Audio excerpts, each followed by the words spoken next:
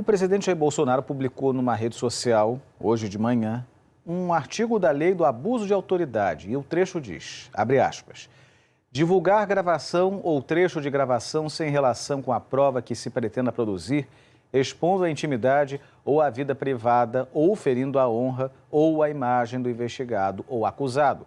Pena, detenção de 1 a 4 anos, fecha aspas. Bolsonaro não disse na publicação ao que ele se referia. Vale lembrar que na sexta-feira, o ministro do Supremo Tribunal Federal, Celso de Mello, retirou o sigilo do vídeo da reunião ministerial de 22 de abril.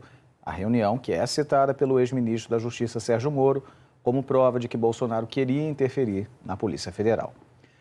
Na avaliação do professor de Direito Constitucional da Universidade Federal Fluminense, Guilherme Penha, a divulgação do vídeo não configurou invasão de privacidade nem abuso de autoridade. Se, na verdade, isso se referiu ao inquérito que tramita perante o STF, não parece haver invasão, muito menos cogitar-se da possibilidade de abuso de autoridade. Até porque é importante lembrar que a democracia pressupõe diálogo, diálogos institucionais, diálogos entre instituições democráticas. Na verdade, diálogo não pressupõe obrigatoriamente uma conversa amistosa entre poderes.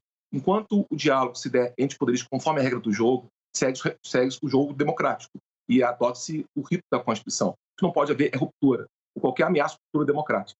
Na medida em que o STF, chamado a se manifestar, decide, com processo legal devido, satisfeito de garantias constitucionais, sobre publicidade do ato processual e, repito, amoldando-se à Constituição, retirando aquilo que é evidentemente ligado à segurança, não parece haver invasão. Valdo Cruz, boa tarde para você. Bom, estamos falando de uma reunião de pessoas públicas num local que, ok, é uma sede de governo, mas não deixa de ser um local oficial, é o Palácio do Planalto. Estava sendo filmada a reunião e houve todos os trâmites da Justiça para que essa reunião tivesse trechos divulgados, quase toda a íntegra. Enfim, o que você tem a dizer sobre isso? Olha, Eric, boa tarde aos nossos assinantes.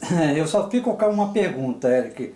Quando o presidente da República faz essa postagem citando a lei de abuso de autoridade, ele claramente fica fazendo uma referência de que quem cometeu esta medida, quem adotou essa medida, é passível de punição, até de prisão.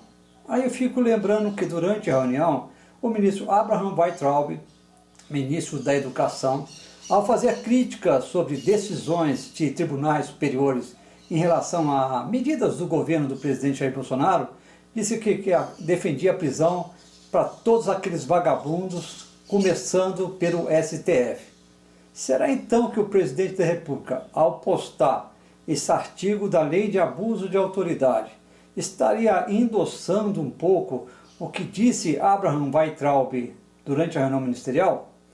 Eu estou fazendo uma especulação, Érico, não estou dizendo que ele está exatamente fazendo isso, mas passa essa mensagem. Afinal, no dia de hoje, domingo, 2 dias após Celso de Mello, relator daquele inquérito que investiga acusações do ex-ministro Sérgio Moro de supostas interferências políticas do presidente da República na Polícia Federal, apenas 2 dias depois, o relator do decano liberar toda aquela gravação daquela reunião, ele posta essa mensagem nas redes sociais, citando esse artigo da Lei de Abuso de Autoridade, lei que foi aprovada recentemente no Congresso, com várias críticas, porque na avaliação de magistrados, de procuradores e até de agentes da Polícia Federal, essa lei estaria ali podendo tolher o trabalho de investigação, o trabalho de juízes pelo Brasil afora, de procuradores, de agentes da Polícia Federal.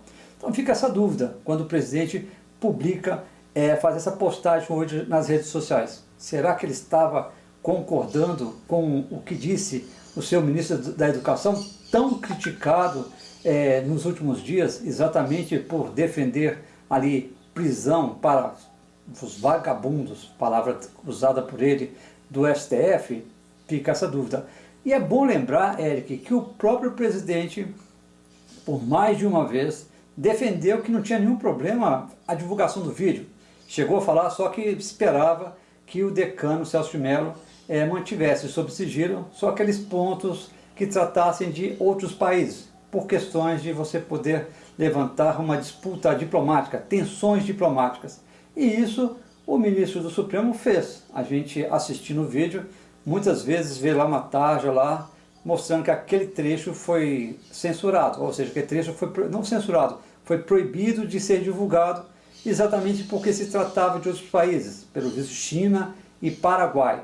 Então o próprio presidente, Eric, concordou, ele fala, tem gravação, foi distribuído isso, ele disse isso, se não me engano, em uma das oportunidades na frente do Palácio da Alvorada, ele defendeu, podem divulgar, só deixa ali de forma reservada, mantenha o sigilo sobre trechos que tratam de outros países.